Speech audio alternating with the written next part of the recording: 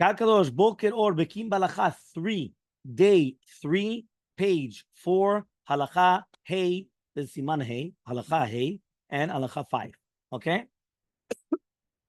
Lo yatchil adam Baruch Ata Hashem ad sheyachshov b'libo al ma sheyesh lomar et habracha. Meaning, do not even say the Baruch Ata Hashem until you already know what you're reciting. Right? Don't Baruch Ata Hashem. What is this again? Yeah. No. Right? You already know what you're doing.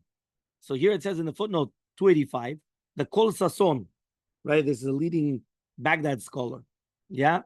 So he says, cited in the Pasuk, Hashem Elokai, Elmaleh, he says, I'm going to exalt HaKadosh Baruch Hu, the King of Kings. I'll bless your name forever. He commented before saying a Pasuk, this verse, a person should think about whom is he addressing and the blessing. And if he does this, the blessing will have value and it will remain extant forever. Same thing. Right? By the way, that was a Segula of the Chavetz Chaim, why you have in the Patach Eliyahu and many other books, right, that on the side of the Beracha, every single Beracha Namidah, on the side it tells you, Birkat Refuah, Birkat Parnasah, the blessing of Parnasah, the blessing of Refuah. Why? So even before you're going to start the blessing, you already see what you're going to do, and then you have more kavanah, you have more concentration, you have more, you understand, you have to pay attention to what you're saying. Look at this inspiration. Harav Yehuda Tzadka wrote, yeah, our sages taught that each person, I'm in the footnote, right, that each person is obligated to recite 100 blessings every day, right? Everyone knows that a person has to levarech me'ah berachot b'chol yom. One must be very careful to recite the blessings correctly, right? By the way, that's the reason why that when you do it correctly, כשאתה מברך באמת כמו שצריך, יש לך יראת שמיים. Because it says, ואתה ישראל מה שלוקח חשוב ממך, כי אם ליראה, right? מה זה מה? אל תקרא מה אלא מאה. Right? That when a person wants Kim Li'ira, Yirat Shamayim, blessing the blessings properly, you will bring fear of God. Because when 100 times a day you're going to come, every single time you're going to think, who am I blessing? And you're going to start thinking of the name of HaKadosh Baruch Hu and what you're saying, for sure it's going to bring Yirat Shamayim. So he says, yeshiva students might be so engrossed in their studies that they pay very little attention to the berachot that they're going to make on a snack, reciting even without thinking, or just mumbling the words unintelligibly. This will bring considerable shame in the future. Let us make a simple calculation. If a person makes at least 100 berachot a day, that means 300 blessings, 3,000 blessings a month, right? Because it's 30 days, or 36,000 a year.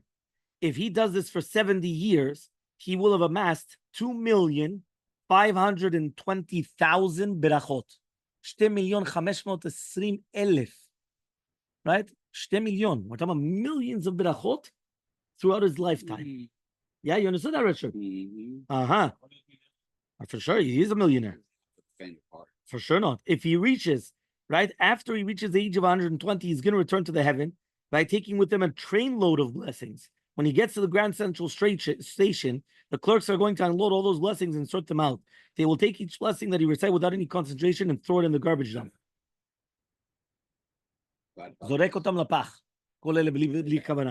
From over 2.5 million blessings, he's left with barely 100 that are fit to present in front of the heavenly court. He says, imagine what shame he will feel. Imagine how upset he will be with himself. These are powerful words. Right? Zelo, Ze'elul. Yeah, this is Ze'elul. Understand? He says all it takes is a moment to think about who is it that we are blessing and whom we're praying to. If we will do this, we'll be able to present ourselves to the court as millionaires. באמת אנחנו מיליונרים. בדיוק. 100%. That's why they sent out the Asher Yatzar with the books. Beautiful. The older you get, that blessing has more meaning. 100%, Richard. The Zohar HaKadosh teaches every word of prayer that a person utters and penetrates a number of levels of the heavens until it arrives to the destination. Once there, the word is examined. If it is found to be worthy, it is then brought into the presence of HaKadosh Baruch Hu to perform the will of that person. Meaning, if you want your tefillot to be answered, make sure that your words are very, very piercing. Your words have the power and the potential to get up to the upper heavens. Because if not, it ain't going far. Okay? Fine, next. So you're supposed to divide each bracha into 3 sections. We mentioned this many times. During the month of Elul, Harav Tzadka spoke to his students and exhorted them. It's mamash apropos. right, to prepare for the upcoming high holidays by improving the manner in which they recite berachot. He instructed them at the time to divide the blessing into 3 sections to help them concentrate on them. One should say Baruch Atah Hashem, pause. Then he should continue Elokeinu melech haolam, pause again, and then complete the bracha.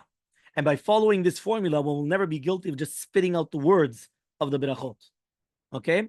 Rav Yitzchak Yosef once commented on this. Since it is clear for the Zohar HaKadosh that it is forbidden to pause in one's prayers between the name of Havaya and the name of Elokeinu, meaning you're not supposed to do Baruch Atah Hashem, comma, Elokeinu melech haolam. You have to have Hashem Elokeinu, right? So he says the response that Nishmat Yosef Lieberman also remarked that this is a problem with Rav Tzadka's instructions. Apparently, Rav Tzadka felt that a momentary pause is not the kind of interruption that is forbidden, right? He says this is obviously the case since everyone pauses after Hashem to enable the congregation to respond, Baruch Hu, Baruch Shemo. Right? So therefore, basically they said that, listen, yeah, Baruch Atah Hashem, Elokeinu melech haolam. No, because of Yitzchak Yosef was trying to say, yeah, but you shouldn't pause after Hashem. You have to say Baruch Atah Hashem Elokeinu. Hashem is Elokeinu. Hashem is our God. Because if not, it sounds Baruch Atah Hashem. Elokeinu melech haolam, our God, who is that? I don't know. No, what he's trying to say is that a momentary pause is not considered hefsek. It's not considered so. Therefore, you're allowed to do it without any problem. Fine. Halacha number Vav 6. It's written. Barachi nafshi et Hashem. Which one? There's 2 of them. Ah, very good. This is the one of Tilin Kuf Gimel, the one before Kuf Dalet.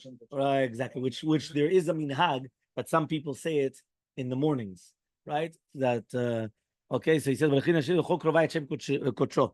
Mikan keshemevarech lakadosh baruch hu tzarich levarcho bekol ram. Since it says Barachi nafshi et Hashem v'chol kravai, and all my intestines, everything, all my innards are going to bless the holy name of HaKadosh Baruch Hu, my inner organs. So from here we learn that when you bless Hashem, you have to bless bekol ram. Ki bekol ram, because with a loud voice, right? That's what he says here. The innards are moving. The entire body is being moved from this. So therefore, that's how we learn that a person, and not only that, it's also going to arouse kavanah, is brought down in the Reshit Chochmah. Yeah? So he says, also look in the Yekut Yosef over there. So 286. Harav Moshe ben Yosef Tarani. Right? This is the Mabit. Okay, the Mabit. Very smart. Yeah. Suggested that this verse teaches us that we are obligated to bless HaKadosh Baruch Hu before and after eating. Okay? So he comes and he says like this. He says, the words, my soul bless God, teach us that we must bless him before partaking of any benefit from the physical world. For without paying these dues, right, it is as if that we are partaking of consecrated items. Since Hashem is the master of the universe, we dared not take any of his property without first blessing him, right? Once we have enjoyed ingesting our food, we must bless God once more, right, before our bodies digest it and before our inner organs receive the nourishment from that food. Okay? 287. Okay, that's talking about now the connection with this. So the Rozarua related the following story. I knew a Jew, right, from Worms, named Rav Bunim, who served as an undertaker, right, for many years and lived a ripe old age. According to reliable reports, he once came to the synagogue early in the morning and found a man sitting outside wearing a crown of leaves. This is very famous, by the way. This is in the Rozarua in Chot Shabbat. Okay? So he says, so all of a sudden, imagine, he's coming, he's like the Shamash of the Bet Knesset, the first one of the Bet Knesset, and all of a sudden he sees a guy, and the guy has a crown of leaves. He doesn't understand what's going on. So he tells him, he said he thought he was a demon. He was afraid. He called out, are you not so-and-so who just died recently? And I tended to your burial. I was there at your burial. Didn't you just die? So the figure of friend said, yes. So he asked him, so what are you doing? How are you doing in the next world?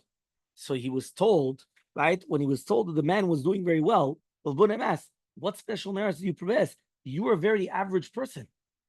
You were a regular, simple guy. Well, what made you so special? So he said, my merit is that I always recite the brachot in a melodious tune in the synagogue. I always sing it. I come and I say the brachot nicely. The man explained. Because of this, he was escorted to Gan Eden, where he was held in great esteem. And I have proof that I am the man who you buried, for you can see that the sleeve of my shrouds is torn. That happened while you dressed my body. When he dressed his body, he tore the shrouds. Here it is. So he says, okay, what's the meaning of the crown of your head? So he said, these are the leaves of the fragrant herbs of the garden of Gan Eden. He said, I place them on my head to mask the stench of this world during my visit. The opposite. This world stinks so much that he had to put this on his head in order that he's able to do this. So he said, I've recorded this incident so that those who fear heaven will take to heart to make sure to recite the blessings of HaKadosh Baruch Hu in a pleasant tune with proper concentration. And in this way, they will merit to be admitted to Gan Eden. Okay? It's got to be a Spartak story. Ashkenazim don't tell stories like that. You should know this is from Rav Yitzchak Mivina, or Zarua. Ashkenazi. Yeah, Ashkenazi. Yeah. Fine. Don't do anything else. Halacha number 7. I don't understand why yesterday the Bekiim Bahalacha was like half a minute, and today it's going to be another 5 minutes. Fine. Halacha number 7. Zayin. Asul la'asot shum davar. B'shah shemevarech. Multitasking. Right? He says, B'shah shemevarech v'afilu tashmish kal. Al zeh ne'emar im telchu imi bikeri. What does that mean? You're not allowed to do any action at the time that you're making a bracha, even a very light action. And if not, it's written, what, you went with me haphazardly? Don't think about something else. Not only don't think about an avirah, look later on in Siman Bahalacha Daled, and the Lachot Brachot in Chelek Bet, Amud, Tzadik Vav. Fine. So let's see what it says over here in the footnote. 288. The Chesed Alafim delivered a strong rebuke to those who engaged in other activities while reciting a bracha. He concluded by remarking, remember the Chesed Alafim is a Pele Yoetz. Okay, Rabbi Eliezer Papo. I highly recommend that one always recite blessings from a written text or with one's eyes closed. And in this way, his blessings and prayers will illuminate his life. Okay, that's what he always said. Right, last halacha, halacha chet. Okay, when he's going to do Netilat Yadayim in the morning, in preparation for a meal, okay? Takeaway morning. Or, Takeaway morning. You made that up. It's both. It's everything together. When he's doing Netilat Yadayim, right? He says over here, right? Or when he's going to make a bracha over a fruit, he should concentrate on blessing his Creator, who bestowed his enormous kindness on us by providing us with our food. Meaning, whether it's a Netilat Yadayim for Suda or whether it's going to be food, have kavanah. He's giving you the how do you call this? He's giving you the concept, right? That he's giving you the food. Pay attention to it. So when you're making a bracha for one of the everyday mitzvot, we should fill our hearts with gratitude for being given the opportunity to fulfill the mitzvot. Meaning, have that in mind. Look, Baruch Hashem, we have the zechut. We're able to put on tefillin. We're able to put on talit. When people make the brachot as a rote, which means like as a robot, mindless acts, it angers Hashem. This is his complaint in the words of Yeshaya. Right? This is a famous concept that people do things that they are taught, they're like trained to do it, but not because they're doing it with their heart. So he says that they're honoring me with their heart, with their mouth and everything, but their hearts are very far away from me. So right? It's from their mouths outwards. So he says, this nation approach me, honor me, the spoken words with their hearts are distant from me, and their fear of me has become an insincere matter of going through emotions. Therefore, I'll continue to punish them again and again. The intelligence of the wise man will be lost, and the cleverness of his astute people will be nullified. The story is told of someone who passed away prematurely and appeared in a dream to a relative more than a year later. So Ritual asked him about his welfare in heaven, and the dead man told him, every day I received severe punishments, and I was not careful to recite the brachot right before eating with proper concentration. As they beat me, they berate me, saying, right, you ate and drank only for your own pleasure. Powerful words, Richard. This is Elu. Right, we're already fearing, we're already trembling. The relative then asked, we were taught that the maximum time for the punishment of the wicked is 12 months. It's been much longer than that. And yet they're still punishing you. What's going on? They're still beating you. What's going on?